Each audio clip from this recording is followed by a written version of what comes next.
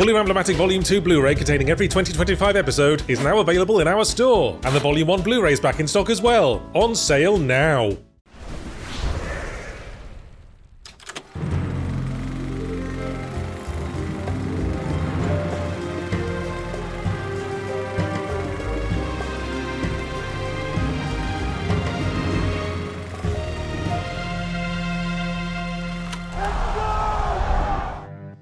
This week sees the release of Christopher Nolan's adaptation of Homer's The Odyssey.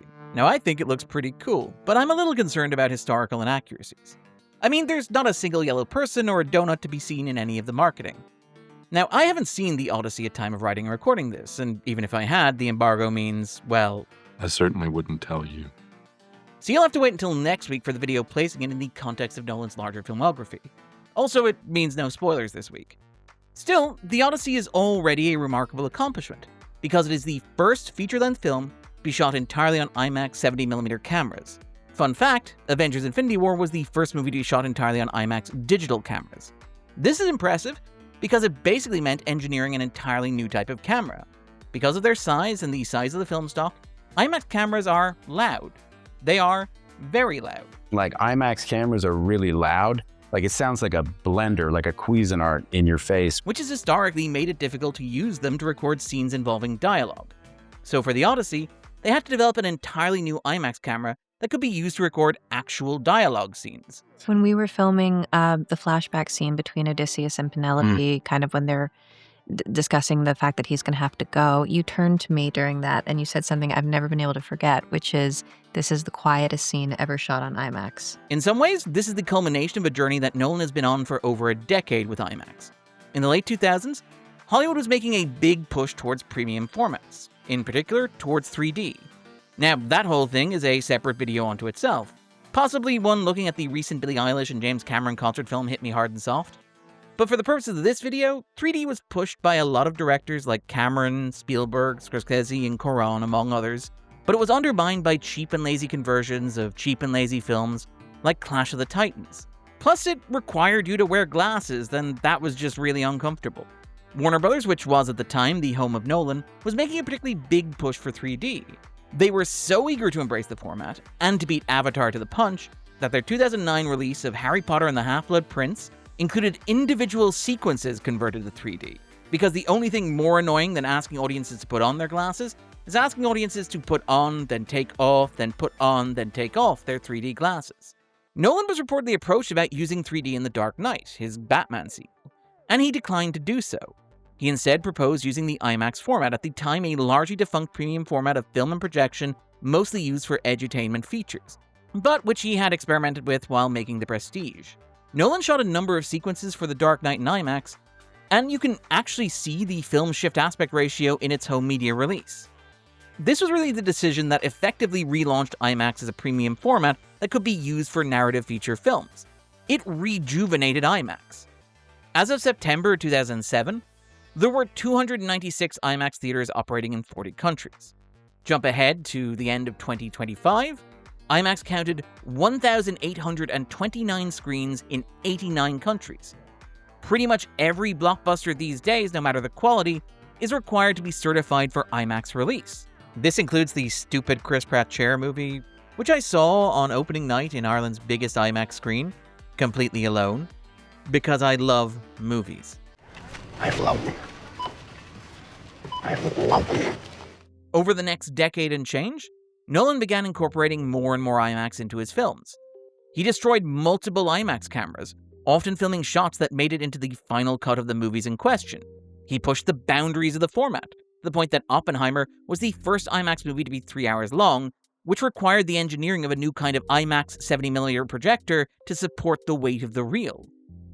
Even beyond IMAX, Nolan has long been a proponent of film as a medium. He does not shoot on digital, preferring to shoot on actual film stock. But for me, film will always have this wonderful richness, the analog color it has, the superior resolution. And when film is projected, the way it was originally intended to be seen, the way you shot the film, you project the film, there's a very unique experience for the audience there that they can't get in their living rooms. He prefers, where possible, to do practical effects in camera. We try to do our job, which is to get as much in camera, as much on screen as possible before they have to kind of add that little, a little bit extra. Now, this often gets misconstrued as suggesting that Nolan does not use computer-generated imagery. Of course he does. He's even joked about that misconception. It's a great honor to be getting an award from the VES Society. I feel a little guilty receiving it from you guys as somebody who often appears in the press talking about my use of CG, like an actress talking about her use of Botox. But, as a rule, Nolan likes the idea of tangibility and tactility.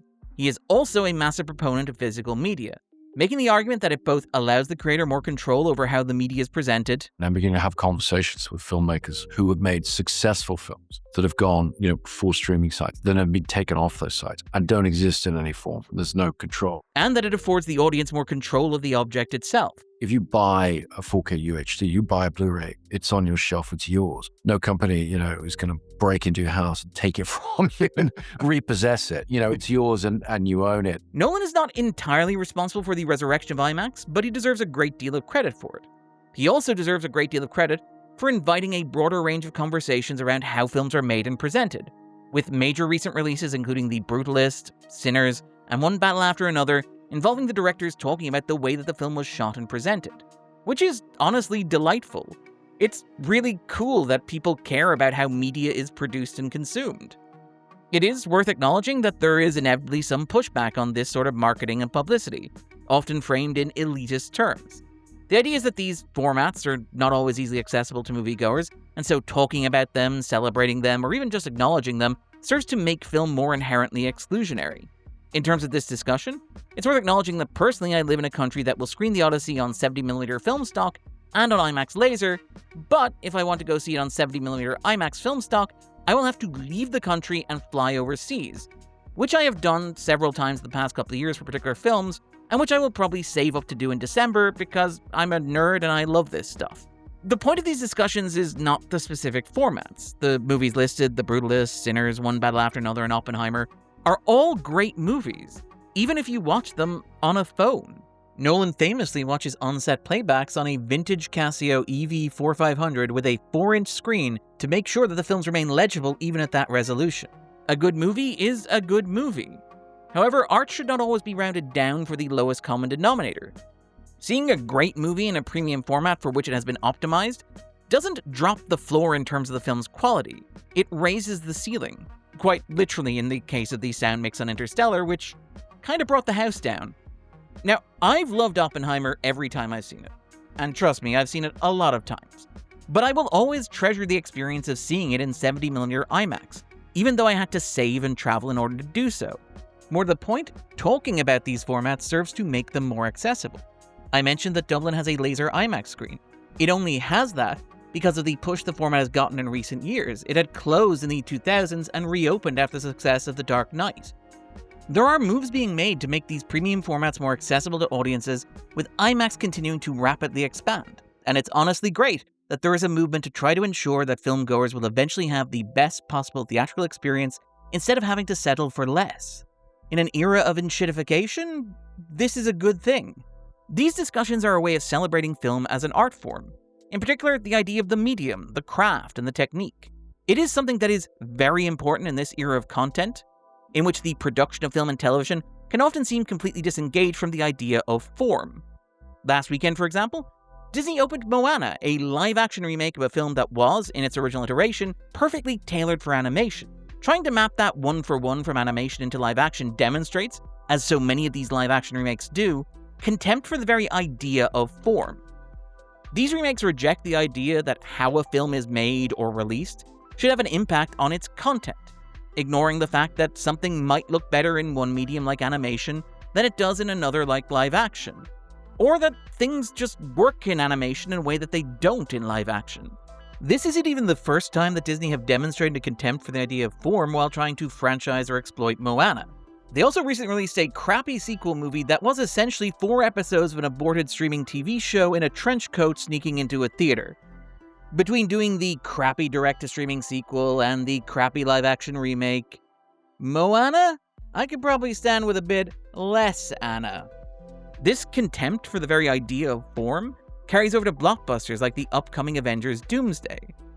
Because Dune Part 3 has secured the premium format screens, because it was specifically crafted for them, and because it was, finished on time to hit its original release date, Disney have just decided to brand the release of Doomsday as Infinity Vision. It's so dumb, it's brilliant. No! It's just dumb! Two words which don't actually mean anything, but will allow the company to charge consumers to accept a product with no corresponding increase in quality. In an era where consumers are being asked to pay more and accept less, when gigantic multimedia conglomerates are happy to churn out material generated with large language models, and to assume that audiences lack the taste or discernment to tell the difference, it's important to talk about this stuff, and to understand what the difference is between something crafted with love, care, and consideration for the form, and just idle content. Audiences shouldn't be content with content. They should ask for and expect more. Hell, one of the most charming subplots of the summer in movies has been Tom Holland, who's been playing Spider-Man for a decade now, working on a single Christopher Nolan movie, and discovering how storytelling and filmmaking works. I think sometimes when I've been making the superhero movies, you sit in the meetings before the script has been written, and they have these big set pieces already that they want to try and somehow squeeze into the movie. And it always damages the character arc because the set pieces feel unnecessary. And I feel like Chris does the opposite of that, which is like, let's figure out the story and the arc of the characters first, and then the scale can be additive to that. It is so endearing. And if Holland can carry that forward into the rest of his career, the way that Nolan makes movies will have been worth it. I mean, I can't be the only one here who's looking forward to Mr. Holland's opus, but there is perhaps more to it than this.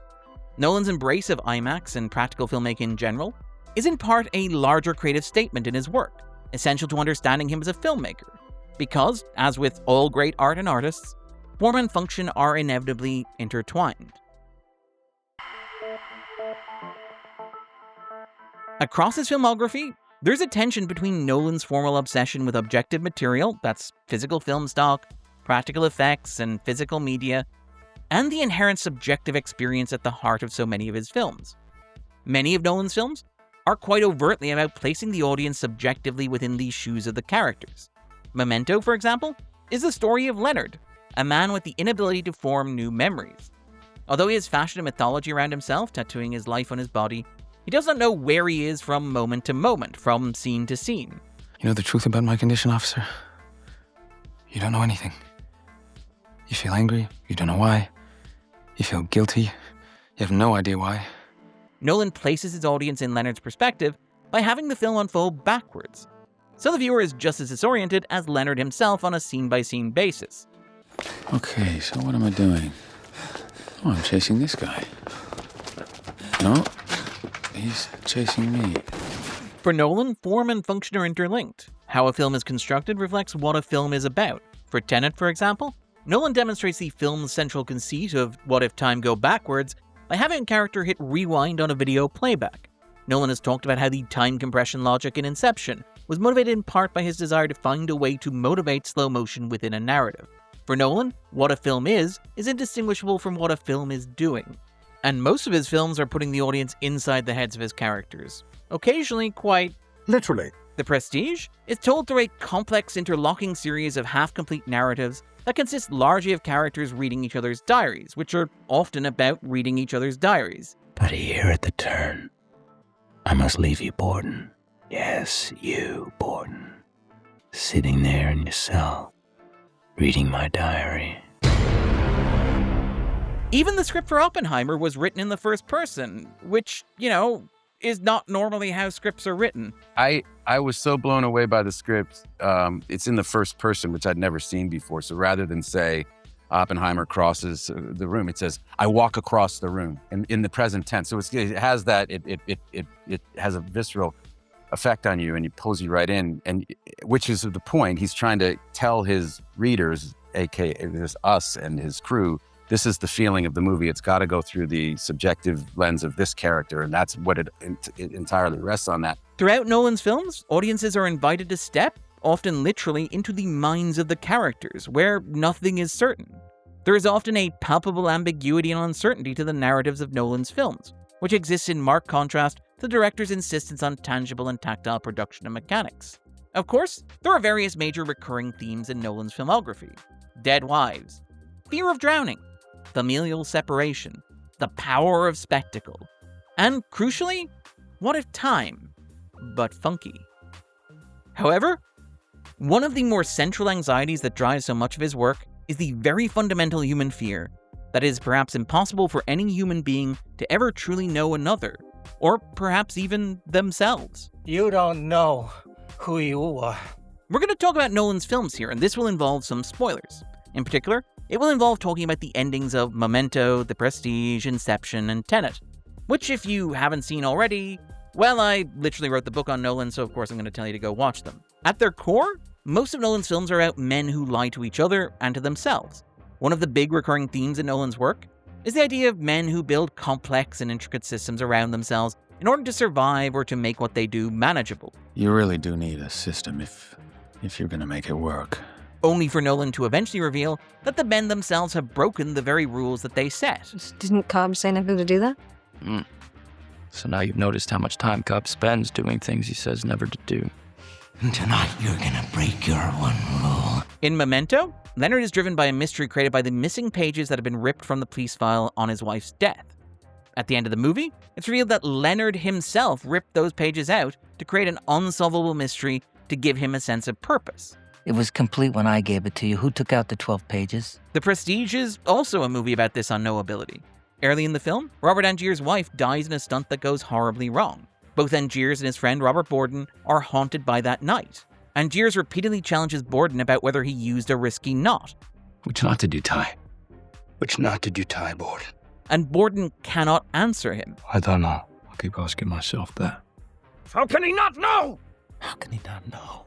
Meanwhile, Angiers tries to know the unknowable, trying to experience the sensation of drowning so that he might know how his wife felt in her last moments. At the climax of the film, using a cloning device given to him by David Bowie, it's revealed that Angiers has drowned copies of himself over 100 times.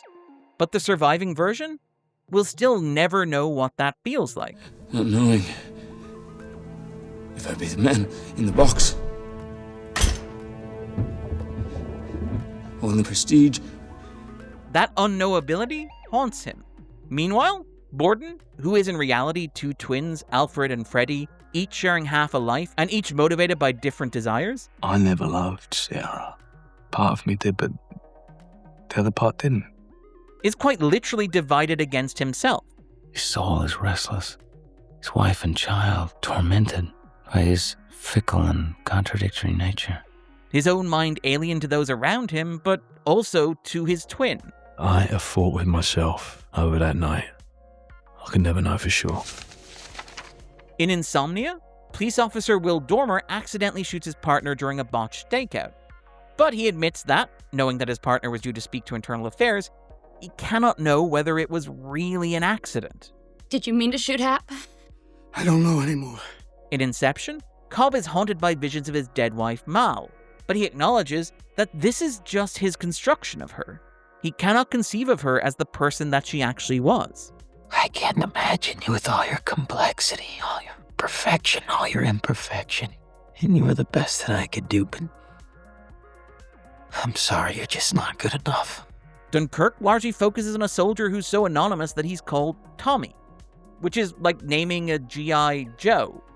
He befriends a fellow soldier, but he doesn't realize until the end of the film that his companion cannot even speak English. Tenet is a movie about a character who is so unknowable that he is literally just known as... I'm the protagonist. One of the big reveals of the movie is that the protagonist is so unknowable to himself that he is trapped within a narrative that he himself will design. This whole operation's a temporal pincer. Whose? Yours! I realized I wasn't working for you. We've both been working for me. But the emotional core of the movie is a friendship moving in opposite directions. Neil and the protagonist are close friends, but they're moving in opposite directions through time. The start of the relationship for Neil is the end of the relationship for the protagonist, and vice versa. You've known me for years. For me, I think this is the end of a beautiful friendship. But for me, it's just the beginning. We get out to some stuff. The more that Neil knows our hero, Vodka tonic and a Diet Coke. the less that our hero knows Neil. You never drink on the job. The nature of the relationship is that even if one can know the other, they will never truly know each other. Both Batman Begins and The Dark Knight Rises hinge on reveals that characters with close personal relationships to Bruce, such as a surrogate father and his lover, are not who they claim to be. Surely a man who spends his nights scrambling over the rooftops of Gotham wouldn't begrudge me dual identities. Nolan's most recent film, Oppenheimer, is largely about the protagonist's inability to accept personal responsibility for the creation of the atomic bomb. Oppenheimer spends most of the movie engaged in complicated moral gymnastics. The fact that we built this bomb does not give us any more right or responsibility to decide how it's used than anyone else. But we're the only people who know about it. To avoid offering any opinion on the weapon that he creates, to the point that other characters openly acknowledge that even Oppenheimer himself may not know how he thinks or feels about the issue. You're the great salesman of science. You can convince anyone of anything, even yourself. Gee, Robert Oppenheimer, Sphinx-like guru of the atom. Nobody knows what you believe. Do you? As if to indicate how alien this man's psychology is, early in the film he tries to poison his tutor. Don't worry, I'm sure that's not symbolic at all. And I'm absolutely certain that Kenneth Branagh won't show up a few minutes later to layer even more biblical imagery into this cautionary tale about man's pursuit of knowledge. You can lift the stone without being ready for the snake that's revealed. However, later, he's asked why he did it. Did you hate him? I liked him very much. The fact that Oppenheimer can't really explain this attempted murder is kind of a mission statement for the film, which is a movie about the things that we could never truly know. Lewis Strauss is haunted by a conversation that he was not party to. What did you say to him? Oh, he's fine. When Oppenheimer receives word that Jean Tatlock has drowned, he imagines it as alternately a suicide and a murder, knowing that he can never know for sure how she died. Throughout Oppenheimer, events are often repeated and echoed, in black and white and color, underscoring that these same events can mean different things to different people. In Nolan's films, compartmentalization is just a fact of life. This is knowledge divided. His characters often literally compartmentalize themselves to avoid dealing with uncomfortable realities. Compartmentalization is the protocol we agreed to. As Nolan's first real embrace of IMAX as a format, The Dark Knight is an interesting example here. Allowing for Insomnia, which was a remake of a foreign film, The Dark Knight is notable as the most linear of Nolan's films to date, the film in his filmography that distorts least around the idea of time and perception. This does not mean that the film is not preoccupied with that theme. Instead, it simply shifts perspective. The Joker is a character who is constantly lying about his background and his plans. You want to know how I got these scars? Is it the scars? You want to know how I got them? You know how I got these scars? The interesting thing about The Dark Knight is that if you strip away the makeup, the Joker is in many ways a typical Nolanian protagonist. He's a man lost in the art of self-mythology, like Leonard in Memento, Cobb in Inception, the magicians in The Prestige, or even Bruce in Batman Begins. Compare how the other characters in Memento talk about Leonard. Clue, you freak. Did you lose your pen? Oh, that's too bad, freak. To how the other characters in The Dark Knight talk about the Joker. You see a guy like me. Freak. Freak. The Dark Knight is the rare Nolan film that adopts an objective perspective on this Nolanian protagonist. It looks at the Joker from the outside, rather than inviting the audience to look out from the inside. Through this lens, the Joker is terrifying, a man trying to bend the world to fit his own worldview. In many ways, the Joker lays siege to the very structure of The Dark Knight as a movie. The first shot of the Joker's face was accidentally out of focus, but Nolan and cinematographer Wally Pfister left it in the movie because it was so effective and so unsettling. Despite Nolan's tendency and desire for control, Heath Ledger was given the freedom to direct the Joker's videos, even down to the Joker grafting another climax onto the end of the movie's third act. You didn't think I'd risk losing the battle for Gotham's soul in a fistfight with you. The Joker exerts incredible control within the structure of The Dark Knight. It's as if the Joker is at war with the linear, heavily practical nature of the film around him. Even Nolan's camera work, which can often seem quite static and controlled, on the rails if you will, seems to get caught in the Joker's gravity, becoming a lot more dynamic and frenetic. The final scene of the Joker is somewhat revealing here. The barrel roll is one of Nolan's signature visual moves, the camera rotating and reorienting. Nolan often attaches the camera to a physical object, like the floor of a corridor or a ship, creating the perception of an entire world being spun around. This is not the case at the climax of The Dark Knight, where the camera itself becomes unmoored. The last scene with the Joker finds the character exerting such gravity that he warps reality itself, literally realigning the camera to his perspective and turning the world upside down around him. Within Nolan's films, there is this perpetual uncertainty. There are things that cannot be known, including the minds of other people and perhaps even the mind of oneself. This is maybe why Nolan is so fixated on the importance of tactility and tangibility in the way that these films are made, allowing his protagonists to become unmoored and disentangled from real and physical environments. There are things you know for sure. I know what that's gonna sound like when I knock on it. I know what that's gonna feel like when I pick it up. See? Certainties. It's also perhaps worth considering the use of totems in Inception here, physical and material objects that serve to ground these characters as they wander through illusory worlds. Before a character can be truly set adrift, they must be anchored in something. The seismic cultural impact of The Dark Knight somewhat distorts Nolan's larger filmography.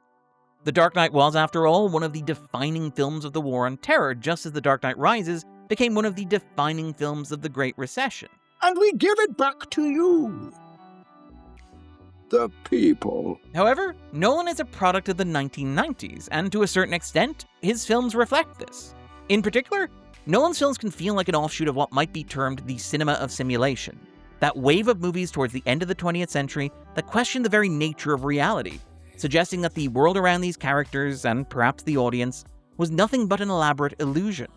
This may, in some ways, explain Nolan's preoccupation with time. Much has been made of the argument that the end of the Cold War represented the end of history. Kurt Anderson has argued that even if that was not true politically, it was perhaps true culturally. In Memento, Leonard is a man with no sense of the passage of time. With no past, how can he have a future? How am I supposed to heal if I can't feel time? Leonard used to live in San Francisco with his wife, at the very edge of the American frontier. But by the time the film started, he has retreated back to the border of Nevada so that he can pretend that there is still something of the frontier left ahead of him. Much later in Nolan's filmography, Tenet is a film about the idea that the end of the Cold War— there's a Cold War, cold as ice— ushered in something of an era of historical collapse. I staked my claim in the New Russia, where past, present, and future all collided within a single moment. With the collapse of the structure provided by that neat ideological divide, the very world seems to unravel. Cause and effect become disentangled. Oppenheimer is built around similar ideas. It is a movie about quantum physics, not just narratively, but also thematically. Quantum physics is not a step forward, it is a new way to understand reality. Nolan makes a clever and conscious choice to tie the breakthrough in the understanding of physics to other revolutions. Picasso, the rites of spring, the wasteland, Jungian psychology, and even socialist politics. Lawrence, you embrace the revolution in physics. Can you see it everywhere else? Oppenheimer is about the idea that the old-fashioned way of understanding the world is collapsing. The neat Newtonian logic of cause and effect, action and reaction, giving way to something far less rational. Is light made up of particles or waves? Quantum mechanics says it's both. How can it be both? It can't. But it is. The more that human beings know about the world and the way that it works, the less knowable the world is. So here we are, lost in your quantum world of probabilities and needing certainty. This existential anxiety runs through Nolan's films. In Memento, Leonard questions the very reality around him. I have to believe that when my eyes are closed, the world's still there. This is a line that feels somewhat pointed, given how much of Oppenheimer is about the character refusing to look at the consequences of his own actions, down to the closing shot, finding him literally closing his eyes. Does the world still exist?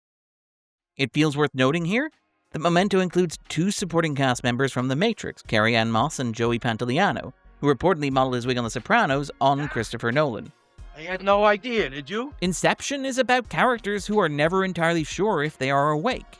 Cobb's wife, Mal, committed suicide because she was convinced that she was still within a dream.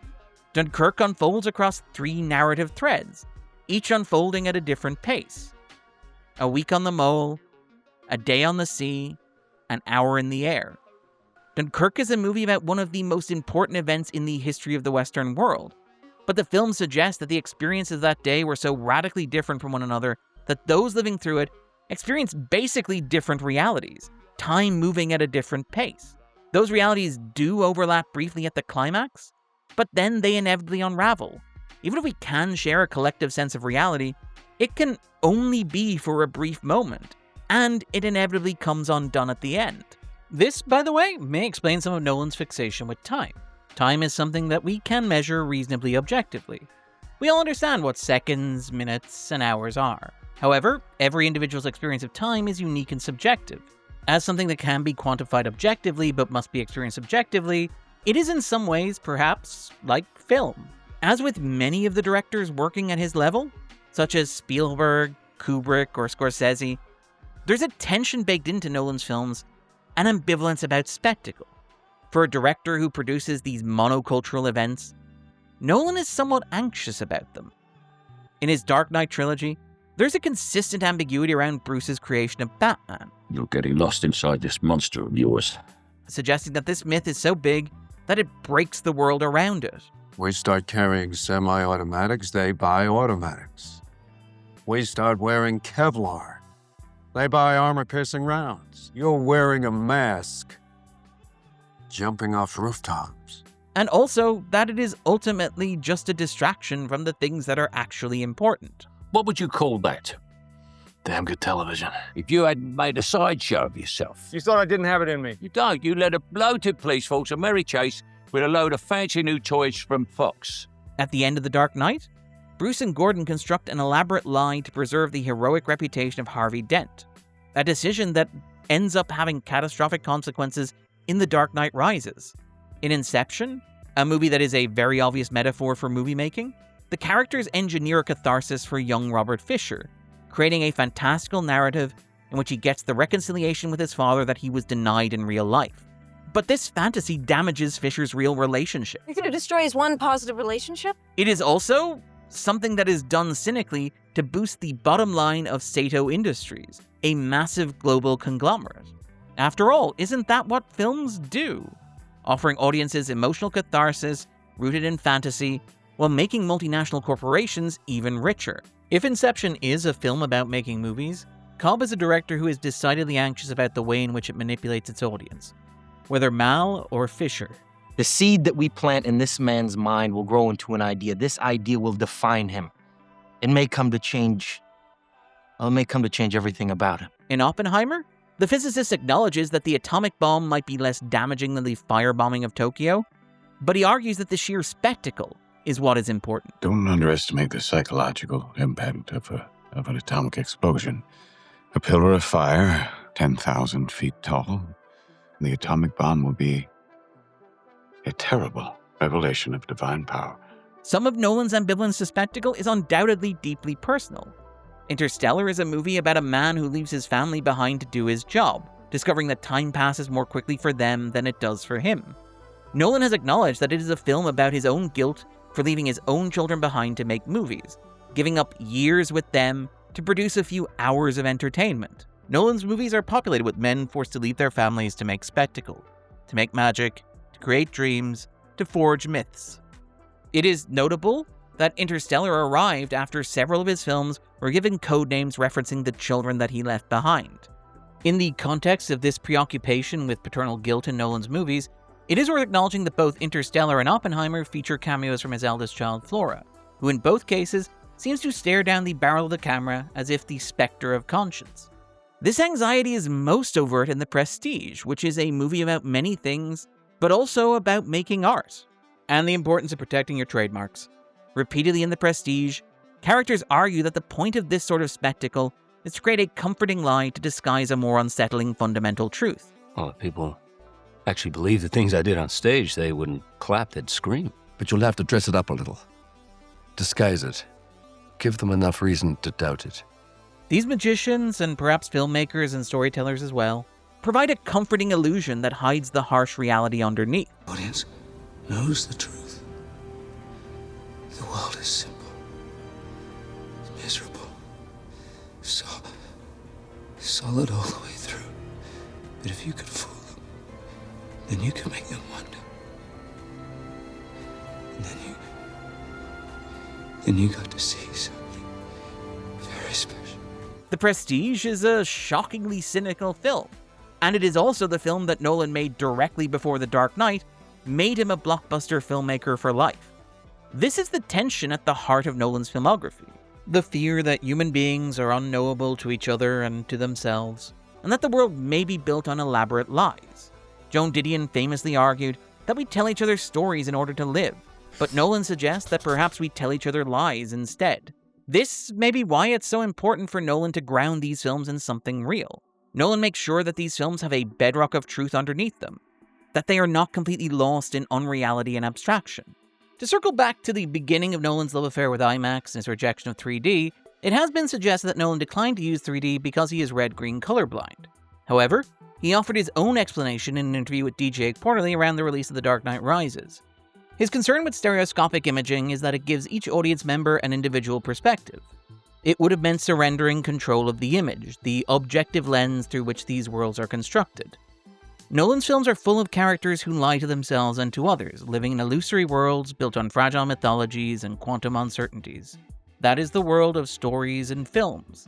However, there is a sense that Nolan's films believe in truth, even if the characters and societies depicted in them do not.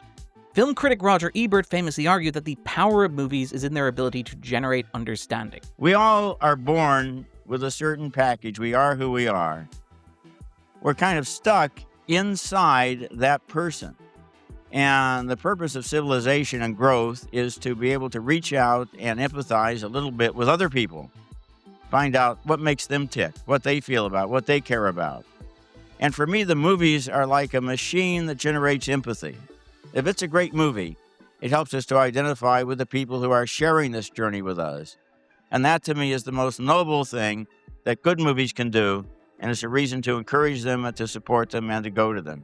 In building these worlds and these individuals who lie so convincingly to themselves, Nolan's emphasis on the tangible and the tactile, on film stock, on high-definition imagery, in practical effects where possible, makes the unreal as real as possible. In doing so, it perhaps allows the audience a chance to get to understand these characters who may not even understand themselves. It is telling that one of Nolan's greatest innovations with the IMAX camera was a rejection of spectacle. What is so remarkable about the use of IMAX in Oppenheimer is Nolan's use of it to shoot close-ups on faces, particularly the incredibly expressive face of Cillian Murphy. Of course, the close-up has always been part of cinematic language, a large part of what distinguishes it from other media like theater. It is one of the great tools of the medium, codified in early movies like Joan of Arc. However, the beauty of Oppenheimer was in taking a technology that has historically been used to shoot mountains and ocean and space, and instead point it directly into a human soul. Oppenheimer can lie to himself, but he can't lie to us. This, using the highest fidelity technology on the planet to perfectly capture a human face in the highest definition, is perhaps the greatest special effect that Nolan has ever put on screen. And it's completely real. I've been Darren Mooney, and this was The Backdrop.